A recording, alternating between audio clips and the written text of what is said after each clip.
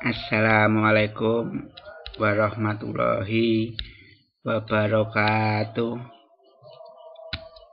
Halo bro, berjumpa lagi dengan saya di channel Nanang Arifin. Kemarin saya membahas tentang biologi, apa yang dipelajari dalam ilmu biologi, di mana biologi itu yang dikaji objeknya, sasarannya adalah makhluk hidup. Objek kajian itu ada objek material dan objek formal. Apa itu objek material? Objek material itu adalah objek yang dibahas. Biologi membahas virus HIV, virus corona. Biologi membahas tentang bakteri. Biologi membahas tentang hewan-hewan, baik itu hewan vertebrata bertulang belakang dan hewan tidak bertulang belakang. Begitupun juga biologi juga membahas manusia. Itu objek material. Kalau objek formal, cara memandang objek tersebut, contoh, bagaimana struktur tubuh virus, bagaimana struktur tubuh bakteri, bagaimana struktur tubuh manusia. Fungsi misalnya, fungsi bakteri untuk apa? Fungsi manusia untuk apa? Fungsi virus untuk apa? Itu objek formal. Itu yang dikaji dalam biologi. Nah, materi kita kali ini adalah organisasi kehidupan. Dari pembelajaran organisasi kehidupan, apa tujuan pembelajarannya? Yang pertama adalah menyebutkan susunan organisasi kehidupan secara jelas dan terperinci dari sel, jaringan, organ, sistem organ, dan lain sebagainya. Lalu juga tujuan pembelajarannya adalah menyebutkan manfaat dan bahaya mempelajari ilmu biologi. Belajar biologi itu ada bahayanya, juga ada manfaatnya. Nah, kita bilang organisasi kehidupan itu seperti organisasi negara. Paling kecil desa.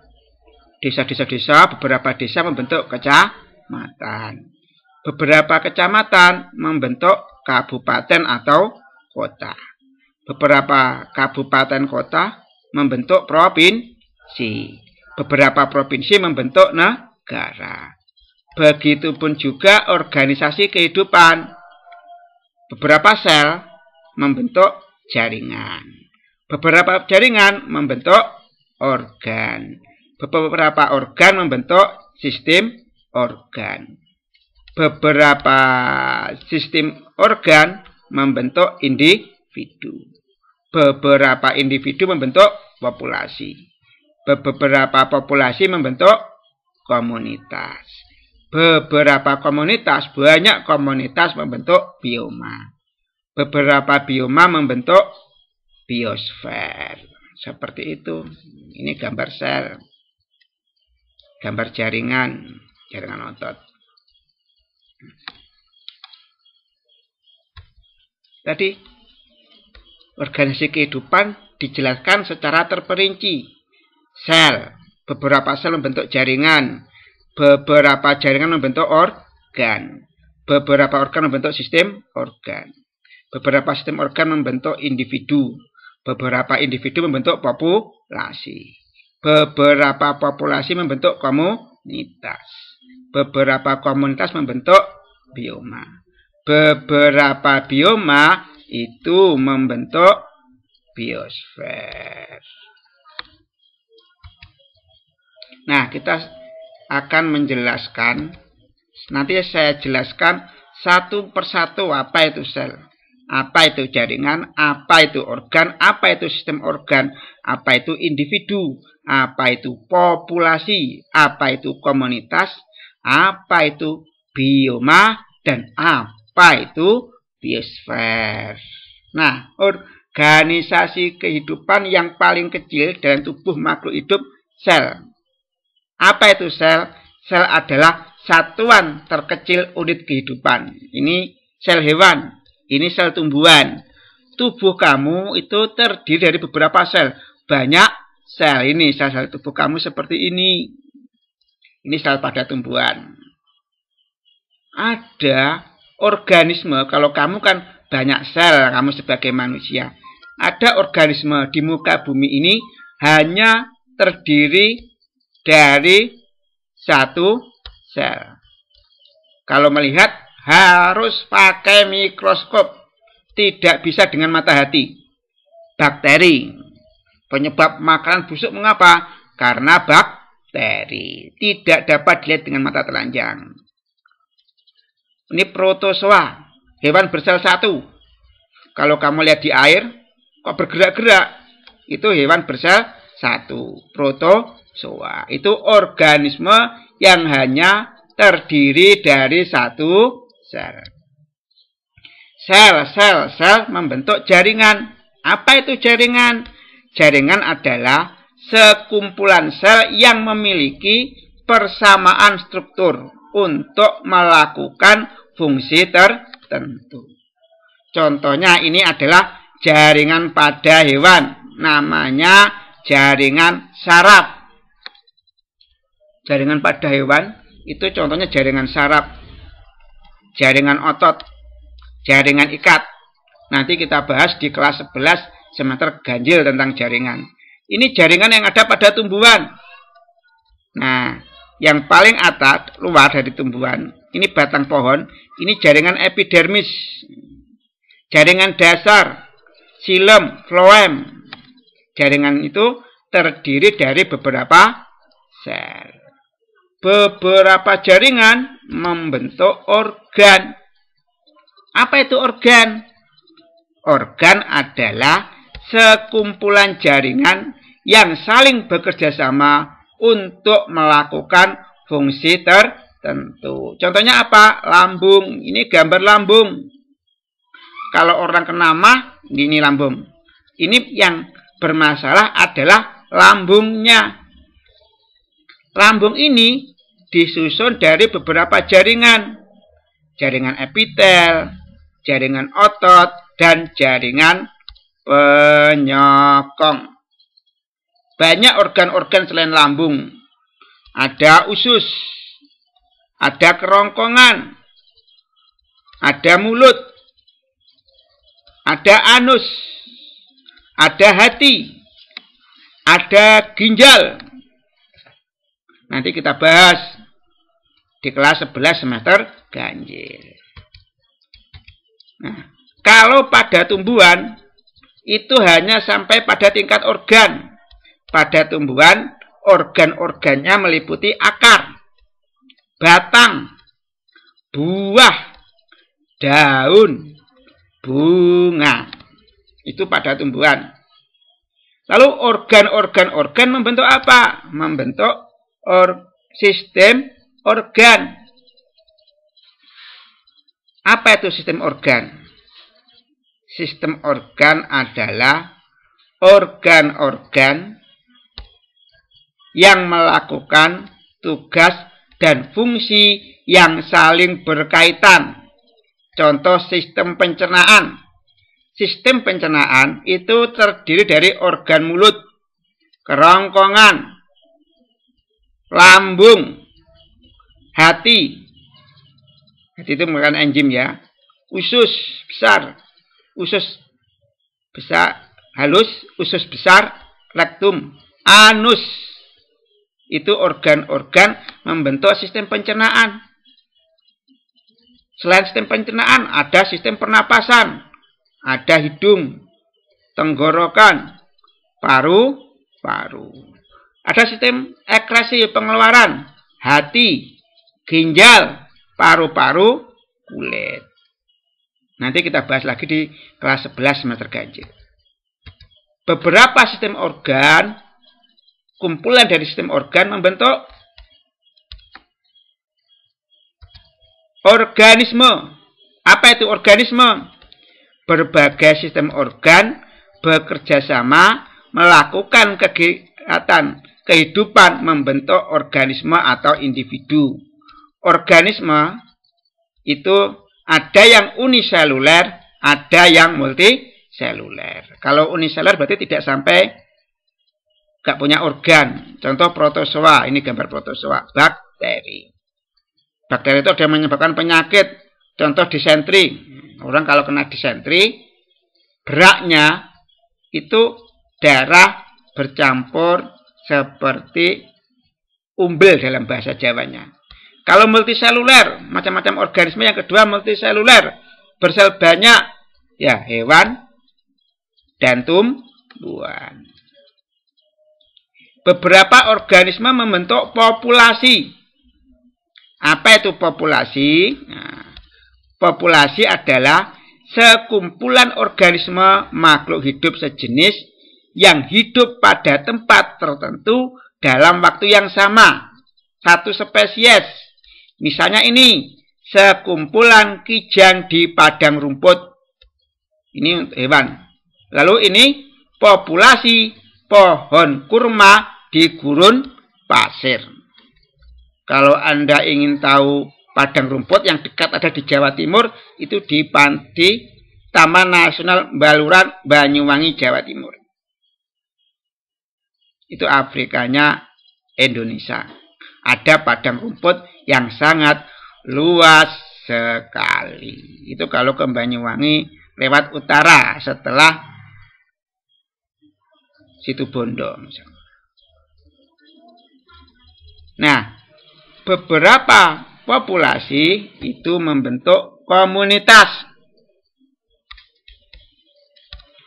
Apa itu komunitas? Komunitas adalah beberapa populasi yang saling berinteraksi, berhubungan di suatu tempat tertentu. Contoh, komunitas sungai yang di situ ada populasi ikan, kepiting, dan tumbuhan air. Ikan, kepiting, dan tumbuhan saling berinteraksi. Ikan dan tumbuhan. Ikan memakan tumbuhan, tumbuhan dimakan ikan. Itu komunitas. Beberapa komunitas membentuk ekosistem. Apa itu ekosistem?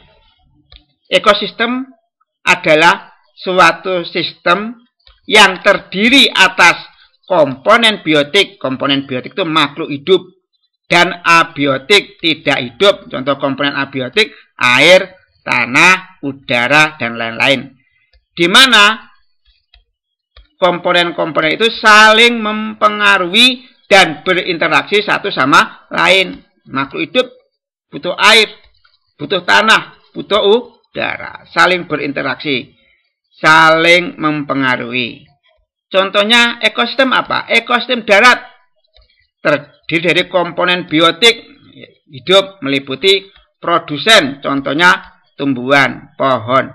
Herbivora, pemakan tumbuhan, contohnya jerapah. Karnivora, pemakan daging, contohnya harimau. Dan ekosistem darat juga ada komponen abiotiknya, meliputi tanah, air, dan udara. Beberapa ekosistem itu membentuk bioma. Apa itu bioma? Bioma adalah kumpulan ekosistem di dunia. Seperti bioma tundra, itu di daerah kutub. Daerah dingin. Kalau semakin ke utara, semakin dingin. Semakin ke selatan, semakin dingin. Kutub selatan, kutub utara. Ini hewan dan tumbuhannya lain dengan di daerah gurun, bioma gurun. Ini. Di Indonesia ada bioma apa? Hutan hujan tropis. Nah, ini hutan tropis ada di Indonesia. Dan bioma savana, padang rumput. Yang terkenal padang rumput itu di Afrika, tapi di Indonesia juga ada. Tapi tidak seluas padang rumput yang ada di Afrika. Kalau kamu berkunjung ke Banyuwangi, di situ ada Taman Nasional Baluran. Itu ada padang rumputnya yang amat luas sekali. Nah, monggo kalau Anda berkunjung ke sana. Dibuka untuk umum, kalau dulu untuk tempat wisata. Untuk penelitian, sekarang menjadi tempat wisata. Di Taman Nasional Merubit ini Banyuwangi. Kalau nggak Banyuwangi, Jember itu juga ada padang rumput. Beberapa bioma itu, ya, beberapa bioma itu nanti akan membentuk biosfer. Apa itu biosfer? Biosfer merupakan tingkatan organisasi kehidupan yang paling kompleks, meliputi seluruh lapisan kulit bumi, air, dan atmosfer tempat kehidupan. Ini yang paling tinggi. Itu ya, itu penjelasan organisasi kehidupan. Dan Anda, tujuan pembelajarannya bisa menyebutkan dan menjelaskan urutan organisasi kehidupan secara terperinci dan jelas. Ya. Saya lanjutkan. Anda belajar biologi, diajari biologi di SMA IPA, di SMA MTS, SMP kejar paket B. Diajari biologi di SMA, di Madrasah Aliyah. Bahkan di perguruan tinggi ada jurusan biologi dari S1, S2 sampai S3. Tentunya belajar biologi itu ada manfaatnya, juga ada bahayanya. Sehingga ilmu itu seperti pisau bermata dua. Bisa bermanfaat, bisa merugikan. Banyak manfaat biologi. Nah, ini contohnya dalam bidang pertanian.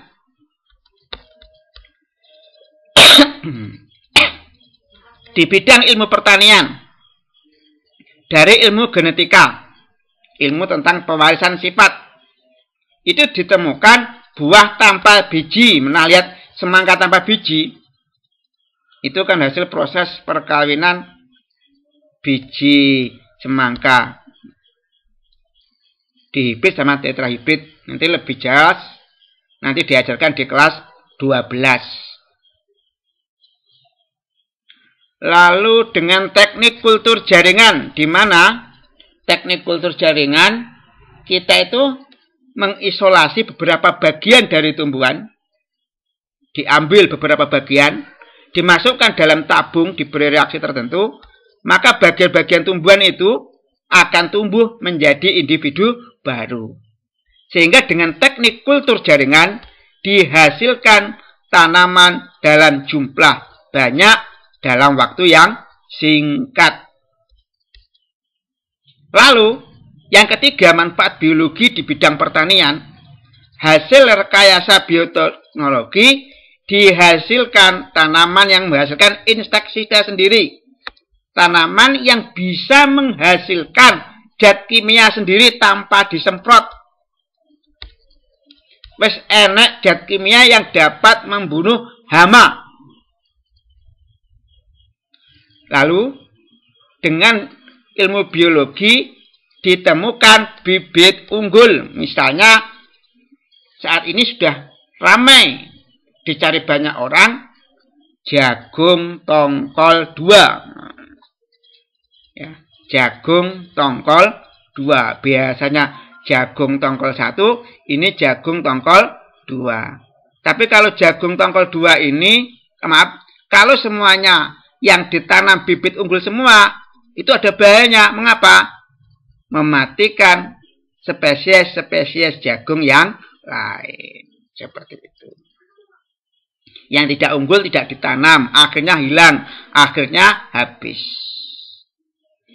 Itu manfaat biologi di bidang pertanian. Selanjutnya, manfaat biologi di bidang peternakan. Nah, dengan ilmu anatomi hewan, ini ilmu anatomi hewan, struktur dalam tubuh hewan, fisiologi hewan itu fungsi-fungsi organ hewan, fungsi tubuh hewan. Genetika itu tentang pewarisan sifat, dan embriologi itu cabang ilmu biologi tentang perkembangan embrio. Apa itu embrio? Gini. Itu ketika sperma ketemu ovum, maka jadi zigot. Zigot berkembang menjadi embrio, lalu dia menjadi bayi. Dengan ilmu ini maka ditemukan teknik inseminasi buatan, yaitu apa itu inseminasi buatan? Memasukkan sperma ke dalam wanita, ke tubuh betina. Sehingga kalau sapi betina bunting, ora usah mendatangkan sapi jantan. Cukup dibawa sperma dari sapi jantan, disuntikkan, maka sperma akan ketemu ovum sel telur dari sapi betina, akhirnya tumbuh menjadi embrio, tumbuh menjadi sapi kecil, bayi sapi. Seperti itu, jikat embrio. Ini sudah banyak tukang kawin suntik sapi, nyari mantri untuk sapi betinanya disuntik, biar dia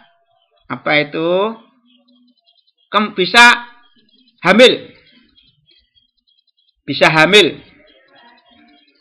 Nah, di Malang itu ada namanya Balai Inseminasi Buatan Malang. Di situ didatangkan sapi-sapi jantan dari luar negeri yang besar dan unggul. Nah, di situ sapi-sapi jantan itu nanti akan diambil spermanya. Sperma disimpan di lab, disebarkan ke berbagai daerah untuk disuntikan pada sapi-sapi betina. Selanjutnya, yang kedua, manfaat biologi di bidang peternakan, dikembangkan teknik fertilisasi in vitro untuk memperoleh spesies unggul. Apa itu fertilisasi in vitro? Fertilisasi in vitro itu pembuahan sperma dan ovum tidak ada dalam tubuh perempuan, tapi di dalam tabung. Dengan cara sini akan memperoleh spesies unggul. Maaf, ini inseminasi buatan. Ini belum pernah dicoba pada manusia. Misalnya, mengambil spermanya orang ganteng sedunia, Shah Rukh Khan, Salman Khan. Hanya diambil spermanya, disuntikkan pada perempuan Indonesia. Diharapkan laki-lakinya ganteng kaya Shah Rukh Khan, kaya Salman Khan. Ini belum pernah ada.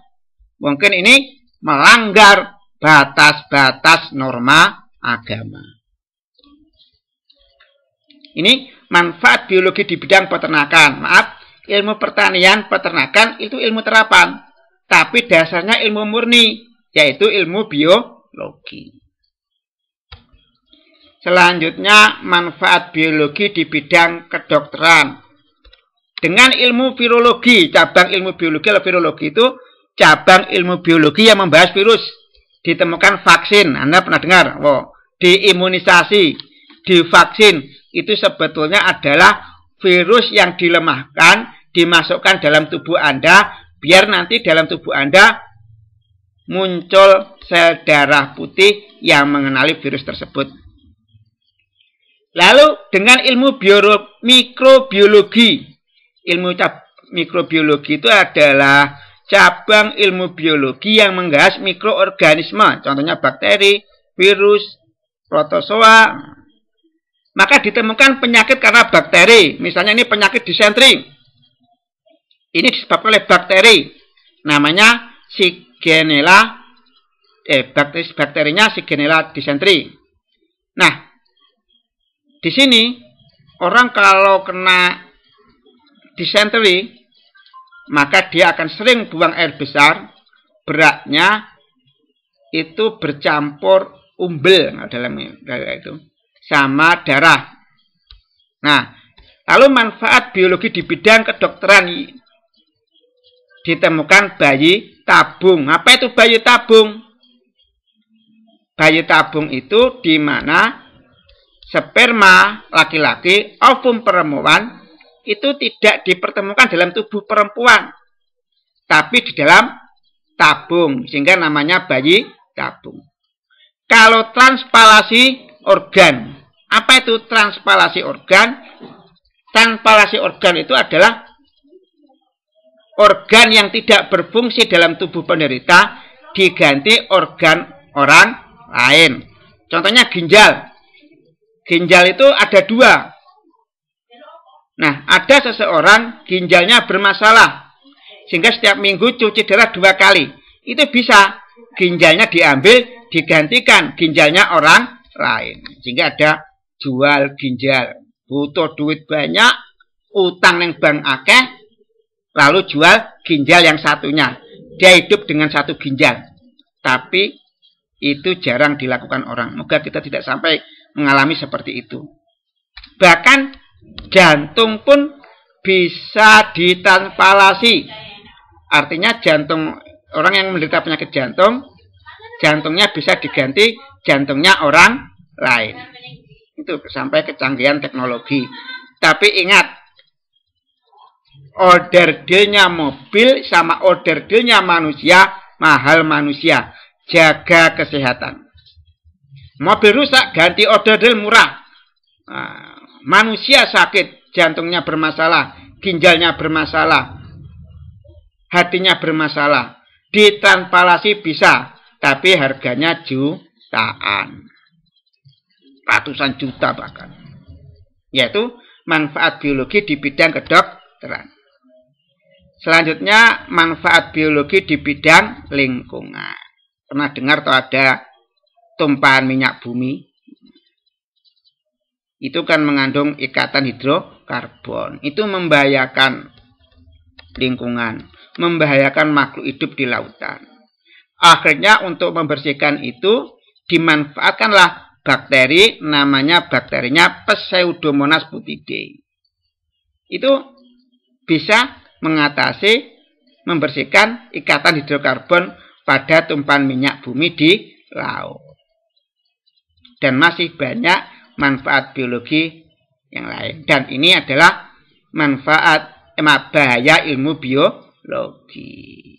Anda cari di internet apa saja dampak negatif bahaya mempelajari ilmu biologi. Cukup sekian bro. Sak bejo-bejone wong kang lali, isik bejo wong kang eling lan waspada. Wallahu muwaffiq ila aqwamit thoriq. Wassalamualaikum warahmatullahi wabarakatuh.